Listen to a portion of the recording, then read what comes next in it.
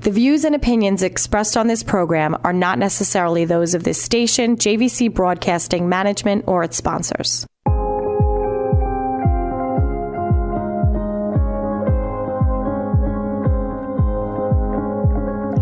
Welcome, everyone. I'm your host, Priscilla Arena. Thanks for joining us today on A Woman's View, where we will be bringing you a unique and fresh perspective on current events, business, politics, education, and lifestyle, all from a woman's view.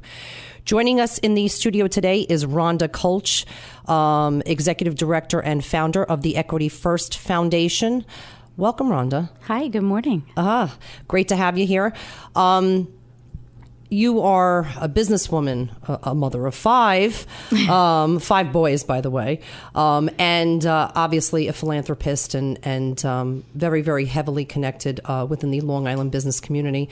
I wanted to at least start by introducing you and your background to the audience, and then we'll talk a little bit about the Equity First Foundation. So give us a little bit about your background. Sorry. Sure.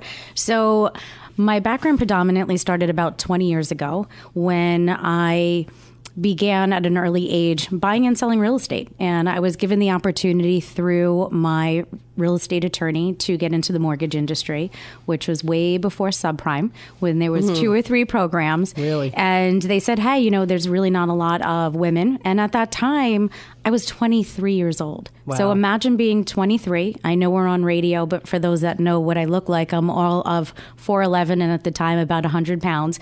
So I was really trying to make an impact in a man's world at that time. So I found an opportunity to go work for an organization, a mortgage company, and their whole philosophy was developing relationships and door knocking. So I took advantage of that opportunity to learn from a mentor, and I went out on the road. And unfortunately, because I was 23 years old, not a huge amount of life experience, and most importantly, traveling in a man's world, I had many doors closed in my face.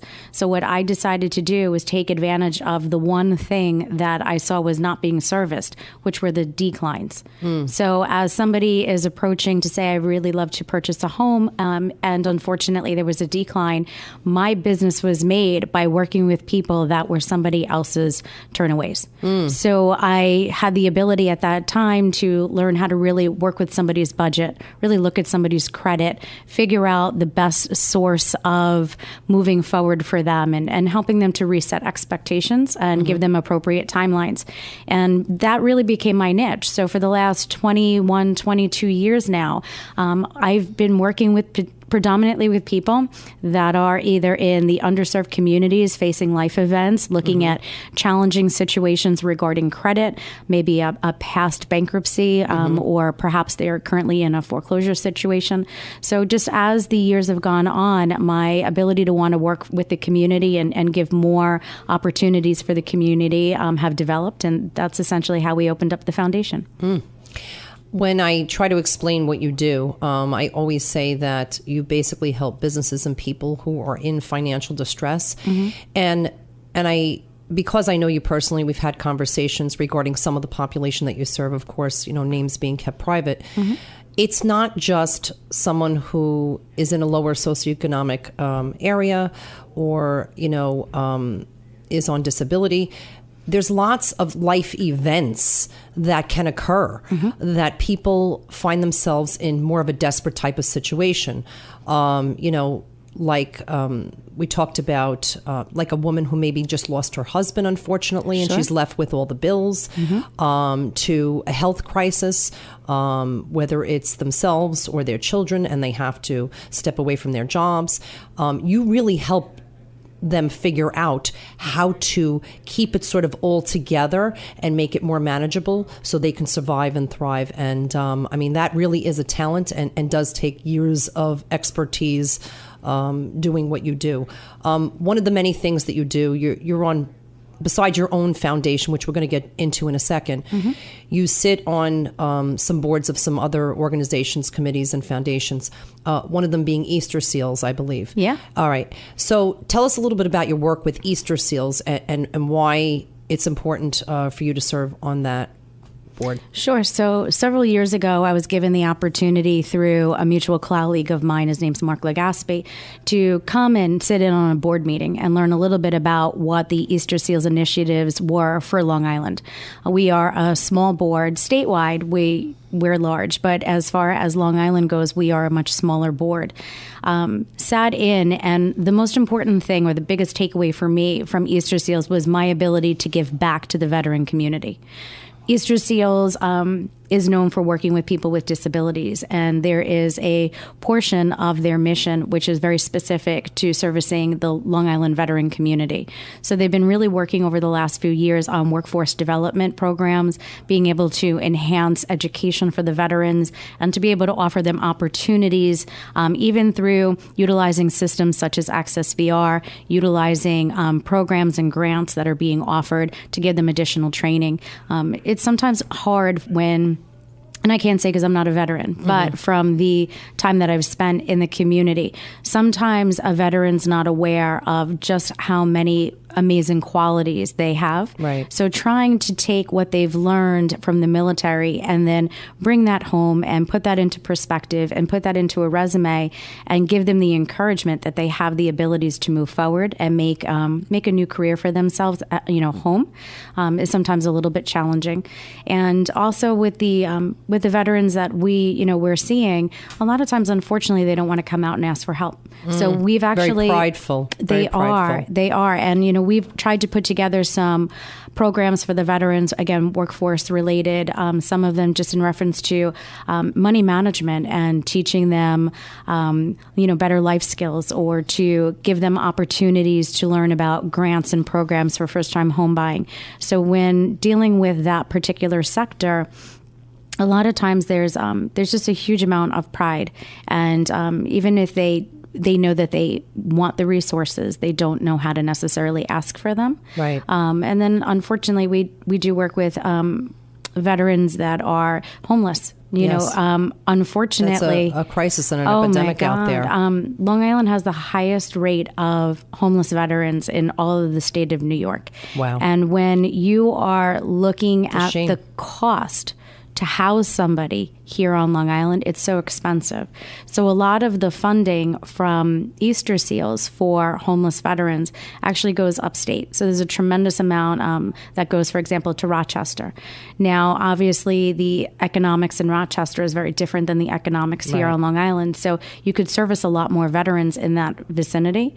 So it's so important that we give the training and the time and the resources. It's just a matter of making sure that they're aware of what's available and how to obtain that information. Yeah.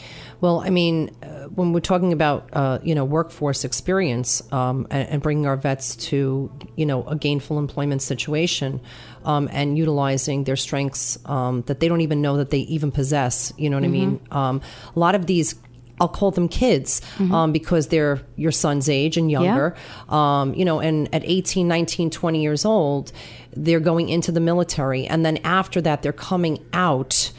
And then, if they're going in at that age, it's not as though they've had, 20 years of work experience prior. But certainly by serving in the military, they've gained, tremendous capabilities in various different arenas that can lend itself to be an excellent employer, and certainly a very disciplined individual as well. So,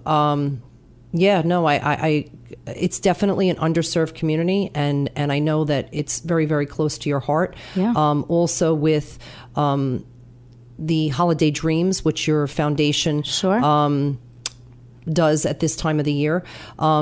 Holiday Dreams is basically a way for you to give back to the local community, families that otherwise would not have a holiday. So just explain a little bit about Holiday Dreams, and when we come back, we'll tell them when it is.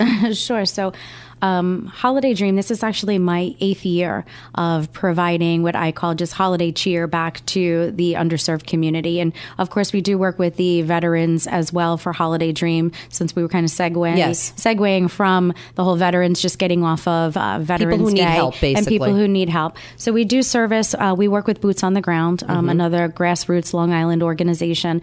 And we work directly with them and the social workers through Liberty Village to provide holiday cheer to the veteran families, the what we call permanent homeless veterans. They live on site, and each year it's probably anywhere between 50 and 60 children that we service specifically through the Veteran Initiative. But there's about 200 in total. Sure. Then what we also do is we service a majority of the underserved community, and it started out as a very small little initiative. And that's just been continuously growing. So over the last 3 or 4 years now, we've been averaging about 250 families, which would include one child, 3 children, 5 Yes. children. A family is a family. There's no child left behind. And we would go out and shop, do their shopping. February by far is always our busiest month, which of course, we never want to be busy like that. It's families coming and they've overspent for the holiday, or taking somebody who's already on public assistance, and instead of doing grocery shopping, they did holiday shopping, or not paying their rent to supply holiday cheer for their children.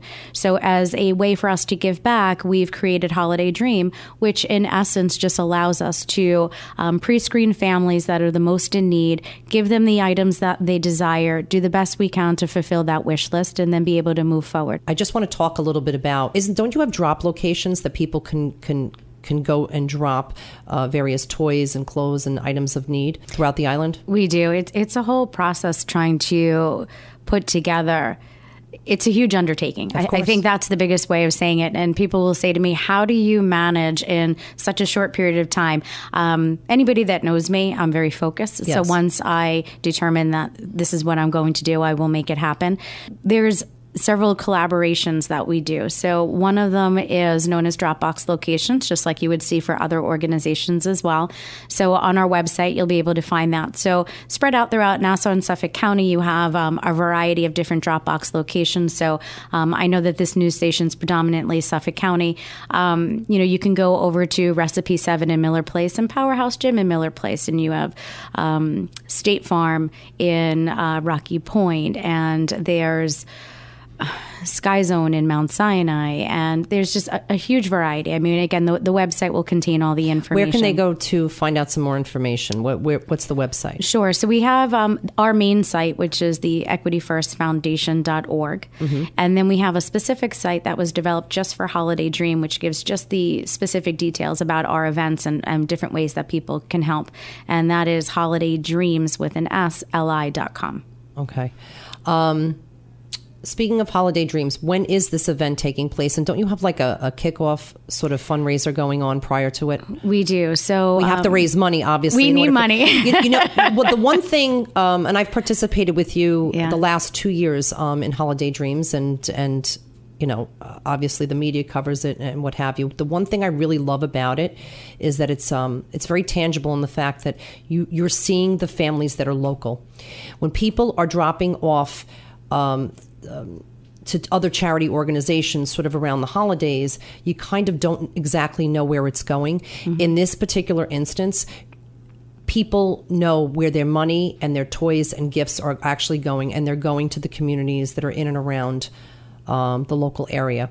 So let's talk about the fundraiser that you have, and then we can actually say, because I know that the best part about Holiday Dreams is really, truly seeing the smiles. Oh, my God. It is heartwarming beyond belief. And you've brought your children just like I brought my children. Well, the first year that you asked me maybe to help participate, I said, I will do it as long as my children can see us giving to other families in need, so they understand how incredibly fortunate that they are. And I think that's really, really important. And it's something that you and I obviously have in common, showing our children that they're very lucky, and you have to pay it forward and help others. So let's talk about the actual event of Holiday Dreams. Sure. So there's multiple events that go on throughout the course of the month. So obviously we have our fundraiser kickoff. So this year it happens to be on Thursday, December 7th.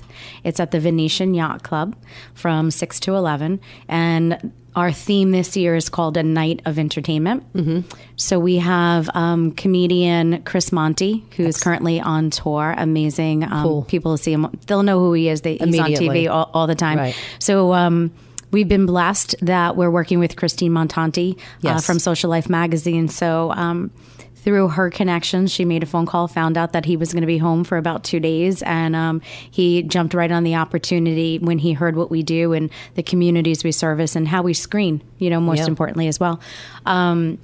So he'll be there, doing probably, if I had to guess, 20, 30 minutes of his comedy session. Sure. We have recording star Nicolette, who's coming to sing. She did another event with us and blew us away. Just amazing vocals. So very, very excited. And then also bringing in some dancers. So as a combination of dancing, singing, comedy, the casino tables, we'll have a few other little surprises that we can't mention yet. We don't want to talk about it all now. So little things will be dropped along the way. But we expect for it to be an amazing night. Tickets are only $75. Great cause. You can't go wrong with the amount of entertainment and fun. And more importantly, too, we promote these events to the business community at this time of year. The business community really comes together, whether it be through small collaborations of just employees saying we want to get together to do something, as much as we have other networking organizations that come out and different business sectors that want to support the event. So it's fun for everybody. It's not just a good night out, but it's a good night out to meet other people on Long Island that share in the same beliefs that you do. In addition to raising funds at the event, people can also bring donations with them. We call these donations purging. Yes. So what we'll say is, look, we really love that you want to cut us a check, but don't be afraid to, purge through your child's closet or your own closet and see what you may have purchased or have been gifted throughout the course of the year that's still sitting there with tags on it. So I just want to say a call to action to anybody who's listening out there. So basically, I know you all have, like I do, probably duplicates of toys in the closet that have not been opened. We have items of clothing that our children have not worn with tags still on them. If you have any of those things, this is an excellent way to give back. It wouldn't cost you a dime, and you'd be helping tremendous amount of families throughout the local area on Long Island, other than just the donations, which they can go and contribute on the website, right? Sure. Yeah. I mean, listen, I like to see where my money's going. I have no problem whatsoever giving, and this is the season to give. So I think that, this is an excellent way to sort of really see your giving come to life. So thank you again for letting me participate and my family, and teaching us that, this is the season of giving and it's about giving back to the community. I think most important, it's about recognizing and thinking about other people first. When people say to me, what happens if you don't raise the money? I have no problem believing in myself and my ability to get the job done. It's not just about the dollars and cents. It's about the community. So when you put a call to action, as so to say, I am just as happy and just as grateful when somebody comes and says, look, I cleaned out the closet. I had somebody last year, they gave me a call and they said, we do this huge party every year for our kids. We have 3 children, and we do a huge birthday party for them every year. We have T-shirts and blow-ups and pirate hats, and they just make this really large event. And they came and dropped off gifts that weren't opened. They came and dropped off T-shirts that were never worn, and all different varieties of little blow-up toys. But when you look at a 3-year-old and you look at a 5-year-old that has nothing, correct. What was something that's disposable for us creates so much value for them that we're so appreciative. And then the other thing, not that we like to really talk about it too much, but I won't say no to something that's gently used, something that was opened out of the box and then said, it's really not what we expected it to be, and the box is gone. We'll repackage it. And we actually will put a little note that says, just so you know, this has, been gently used, or this was open out of the box, just so that the family knows. We don't want them to think that that's been a replacement, but everything of value. And we really look at the needs list. So I wanted to touch upon that because I remember a couple of years ago when you and I were speaking, and you were very specific with how you sort of organized all the gifts for the families. And each family Each child gets approximately $100 or more worth of products that and things that they could either make them happy or really could utilize. But when you told me they were asking for things like shampoo and toothpaste, and we're talking about 14, 15, 16-year-old girls, not quite, what my daughter would ask for from Santa. No. But, that in and of itself is very telling and just shows you how incredibly appreciative and grateful they must be to receive that. And then, of course, some other fun things just to make them happy. So it's when you look at the list that comes in, and we service so many group homes throughout the course of Long Island. So a lot of our children come in through specific group homes or different places. When you're looking at a list and it has information about a 13 and a 14-year-old girl, it generally will ask for brand name shampoo, razors, deodorant, things that they may not necessarily have in a budget that is covered by any type of social services or other benefits that they may receive. So we do the best we can to supplement and give them as much off of that list as possible, even as something as silly as just a pocketbook. They just don't have it. Right. You are listening to A Woman's View on Long Island News Radio, and we are speaking with Rhonda Klch from the Equity First Foundation. We'll be right back.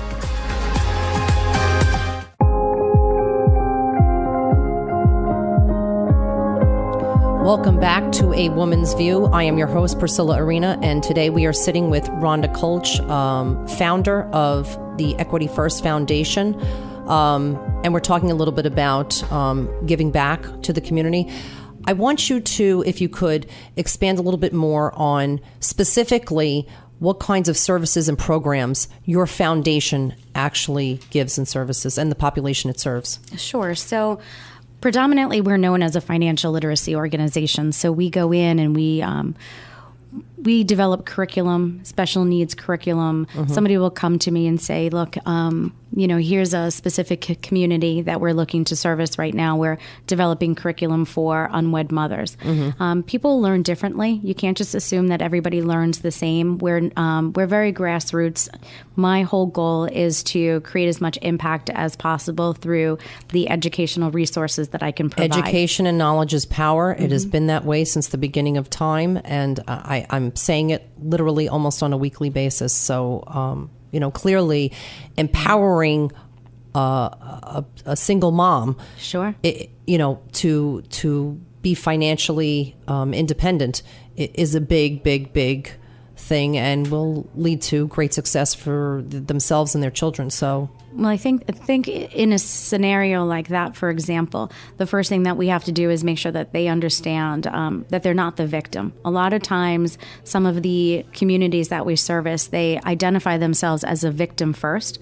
So we have to have them understand that we're patient, we're going to listen. We want to have them know that we're not just there for 90 minutes of a session and walking away. We do follow-up work. We want to give them as many resources as possible and have them feel comfortable enough that they can ask questions. One of the things I found really interesting when I was looking on your website recently, and I know you're always updating it with the programs and the events, but it was, my father used to have a saying that says KISS, keep it simple, stupid, which basically means you need to boil everything down so everybody can understand and relate. One of the things you have on there, besides a list of links and resources, some things for the state and things of that nature, but you literally had the definitions of everything. And a lot of times when you are in a particular genre of business or whatever, all these acronyms, if you will, and what do they really mean? I mean, you have them. There's got to be about 50 of them at least. All financial related. So anybody who doesn't understand, if you're at home and you get something in the mail or whatever, and you don't understand what they're saying in that letter, you can literally go to your website and you will explain the definitions of everything. So, I mean, that in and of itself is very resourceful. Definitions, and then also, of course, different agencies other than mine, right? So we provide the education, but we're not providing necessarily the back end support. So we might indicate where they can go for help, but we're not there filling out their paperwork and putting together applications. We're not a housing agency where they can come to us and we're going to provide vouchers. But what we are is a resource for them to express what they currently have going on, whether it be individually or in a group environment, depending upon how we're seeing the client. Somebody will come. I mean, the biggest takeaway I think for myself is that I really, really have passion for what I do. And the most important thing for me is that if I can impact one person at a time, slowly we can get towards a better future. There's not enough people who want to break down those barriers. I don't mind spending the time listening and learning.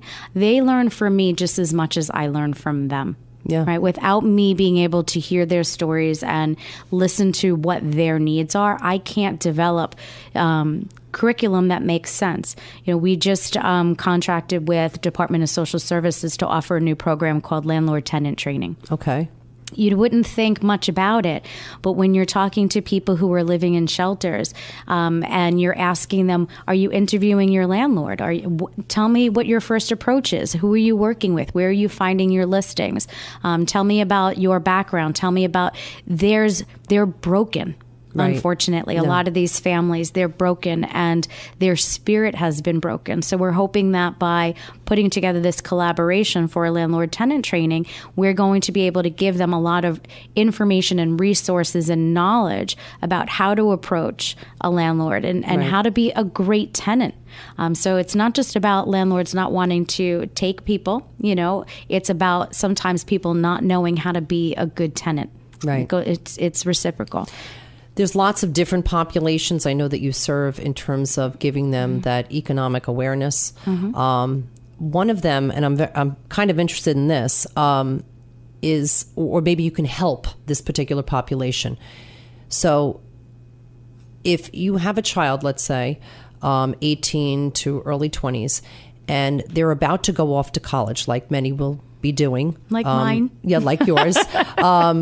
Come this after this summer. Sure. They're applying now. That's why I bring it up. College is so expensive. I mean, so expensive. And I'm watching these families go into hock up to their eyeballs. I told my husband a long time ago that, you know, wherever we are in terms of, you know, financial stability, I will not be remortgaging my home to send my child to school. You know, I feel that I need to make myself stable. You know, I will help my child as much as I can, but, you know, part of it I feel is their responsibility if I can't absorb the entire cost. But let's talk about a game plan. Let's talk about what should these students be doing and looking at so that it isn't a burden that they're carrying 15, 20 years down the pike, still paying off their loans. Sure. So the first thing when we're dealing, we just did a program like this, ironically, where we sat down with 11th and 12th graders and their parents. Yeah. And it was more of a think tank, not necessarily for me, but for them to create a little bit of awareness. The first thing I tell everybody is to set an expectation and devise a plan. So everybody's in a different financial place. Yes. So when you are looking at Long Island as a general population, even within, you know, the town that you and I reside in, there's very little middle class left. So either everybody has the parents who've put the money away, and then you have the people who are all about the student loans, and that's okay too. But when you are the trying to survive in the middle class and you have these expectations, the first thing I do is I tell people to sit down with their child. When you have a child that's 17, 18 years old, it's okay for you to open up a little bit and talk about your own personal finances. That's my opinion. I agree. I mean, I told my kids no many times, and I will tell them why. Sometimes it is that I cannot afford whatever it is that they're asking for. So Sure. I don't think that there's anything wrong with that. That's my own personal opinion. Obviously, you have to use your discretion in terms of age and stage of life, but no, 100%. But I think what's important is that when a child is aware of the family's financial stability, what has already been placed aside, if anything, and then most importantly, creating that budget with the family before they go to school, understanding whether or not there's scholarships, looking at making sure that these children are ready to actually go away. As you know, I have a 21-year-old and I have a 19-year-old, and I've seen several of their friends go away and come home. They just were not mature enough. And, so when I'm sitting, sometimes it's about the kid. I really want to go away. They want that freedom, but they've never been given the responsibility. Well, honestly, I look at my own house and I'd rather them stay home for a little bit and make a separate apartment. It'll cost me a little bit. It'll actually cost me less than sending them away to college. So, and preparing them. I think it's, you can't go feast or famine sometimes. I think that there's a progression and a transition that has to sort of take place. And, so I agree with what you're saying. Yeah, they're still maturing at that age. I think the other thing that we generally discuss is whether or not if a child is going away to school, do they plan on working? And then factoring that into a budget. When you and I were young, that was a non-negotiable. Right? I paid for everything. So did I. I am who I am today because of the steps and the journey I took along the way. Yes, but I think that a lot of kids today, and I say kids between that 18 to 20-something demographic, they feel that, that is their job. They're going to school or college, and then that's it. What I will say, sorry to interrupt, please. is that it's an entitlement. And that's a big word. So when you actually speak with a lot of the families and a lot of the kids, don't take away for a second where we are in today's economy. Again, in that middle to upper middle class, it is an entitlement. When you say to a child, that they have to work, they're perplexed. They have no, they're puzzled. Work? Yeah. They don't again, they haven't been given those tools, and not every child. So again, I don't mean this against everybody, but a big problem that I see in the communities that we serve when we're dealing with children of college age and preparing them for college is that the parents feel that it is their obligation, and the children view it as an expectation that the parents are going to pay for it because they're entitled to it. No different than a vehicle, no different than their wedding. No, and I think that when people pay for something or have a vested interest, they value it a lot more. We are sitting here with Rhonda Klch, founder of Equity First Foundation. We were talking a little bit about, trying to make some sound decisions in terms of student loans and people going away to college and what the fiscal responsibility is there. Clearly, you have an arsenal of things that you can probably help the listeners that are listening right now, because your main primary business has always been to help businesses and people who might be in financial distress or give them some tips. So here's a good one. Can you give the listening audience maybe 3 to 4 tips that might help them save on their annual expenditures? And I'm talking about your typical family of 4 or 5 struggling, living here on Long Island. What could they be doing? Because we're rounding out this year. We're going to be approaching 2018 with a different perspective. I don't know about you, but I'm always going back to the table and discussing with my husband, what can we be doing? Where can we shave? What can we... So what can families be doing? Sure. So a few of the recommendations when we're sitting doing consultations with clients, the first thing that we do is we take a look at their credit.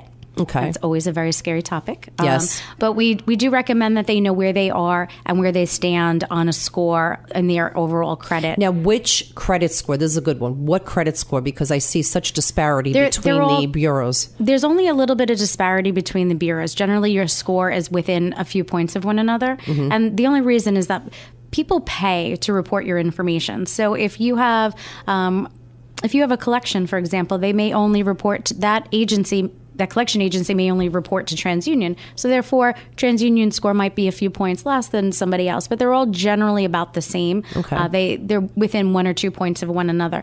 Just to get an overall view of what your credit looks like, I think is really the most important. So we generally start there.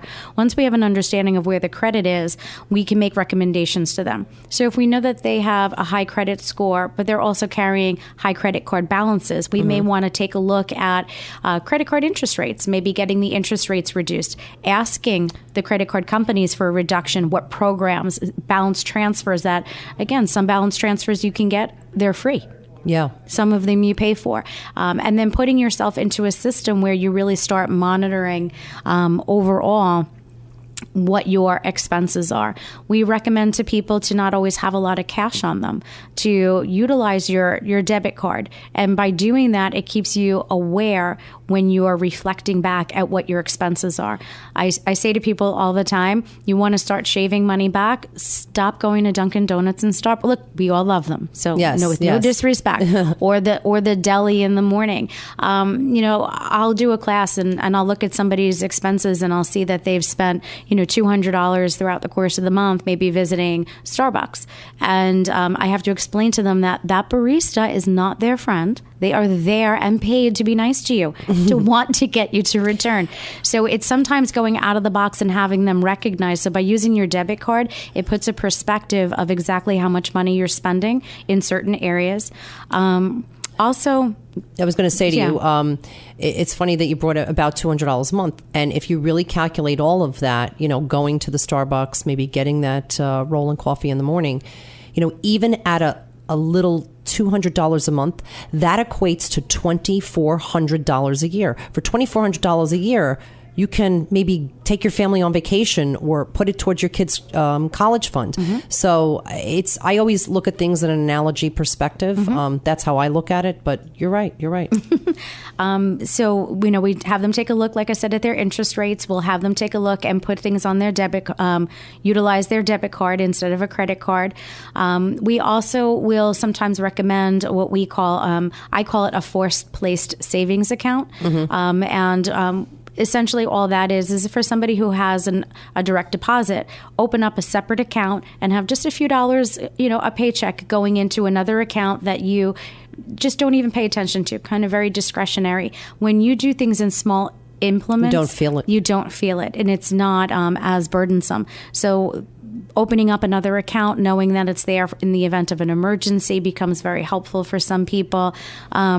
Also going through the motions of, as silly as it sounds, we make recommendations that when you're out, buy $5 gift cards, $10 gift cards. So if you are at Starbucks and you happen to have a few extra dollars, buy a $5 gift card and a $10 gift card. Kohl's, Marshall's, wherever you may be, because unfortunately, our biggest time of year that we are gifting is obviously the holiday season. So to relieve yourself from holiday shopping, January and February hangovers. Yes. Right. When you're buying these little gift certificates in small increments when you're out and holding on to them, they make great little last minute presents for the bus driver, for this, for your teacher aide, for your nail technician, maybe your mailman or anybody else along the way. When you do things in small increments throughout the course of the year, it takes a lot of pressure off of you when the time comes that you really need it the most.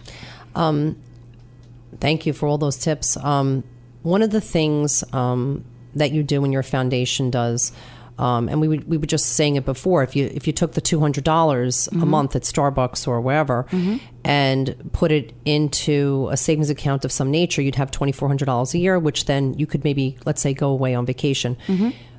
I love what you're doing to help families that are struggling financially sort of gain some kind of, break, if you will, and you kind of give them a vacation with one of your havens, with the Haven. So explain a little bit about the Haven and how it works and what the Equity First Foundation is doing for families that really do need a break. So for those that know me, a few years ago, my mother had passed away. And with the money that we received, I decided to purchase for our foundation a retreat home. And it's a 5-bedroom, 6-bathroom house on Lake Oneida, upstate New York. So from here, it's about a 4.5, 5-hour, car ride. Far enough away to know that you're on vacation, not so far that you have to jump onto a plane. Right. But the concept behind the Haven for me, and again, just due to the amount of families that we service, was giving them an ability to really feel what it's like to get away. Most importantly for the Haven, a majority of the families that we send there are families that have had a life event. Right. So, for example, there's several families where the children are currently undergoing different types of chemotherapies and cancer treatments. When they are strong enough, they want to be together as a family, having new memories and connect.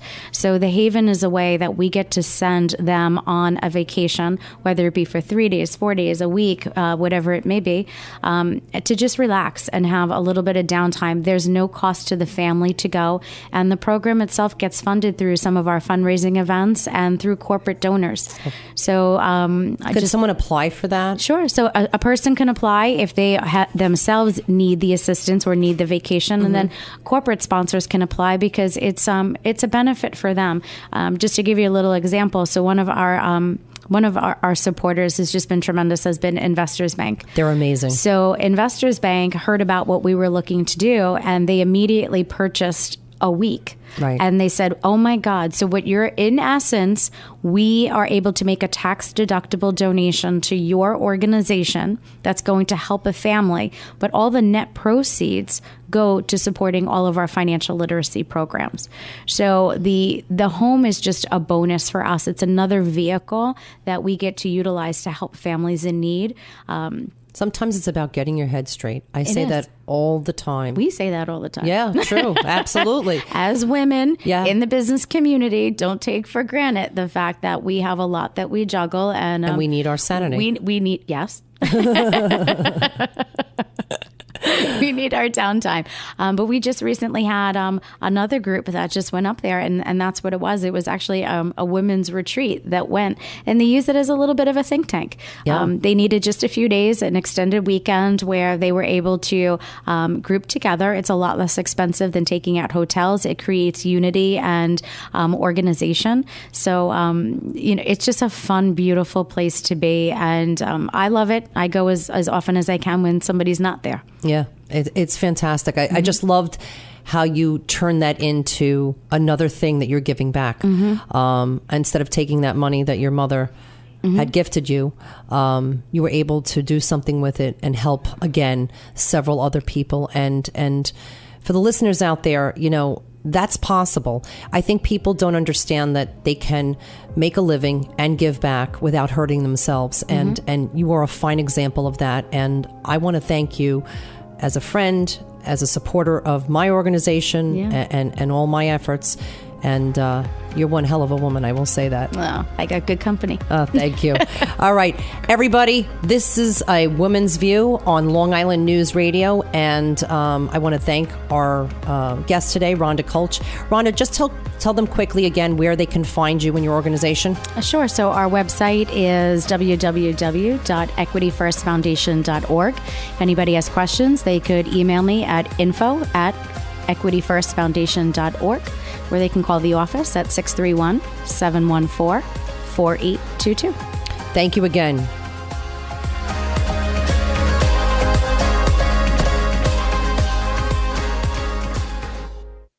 The views and opinions expressed on this program are not necessarily those of this station, JVC Broadcasting Management, or its sponsors.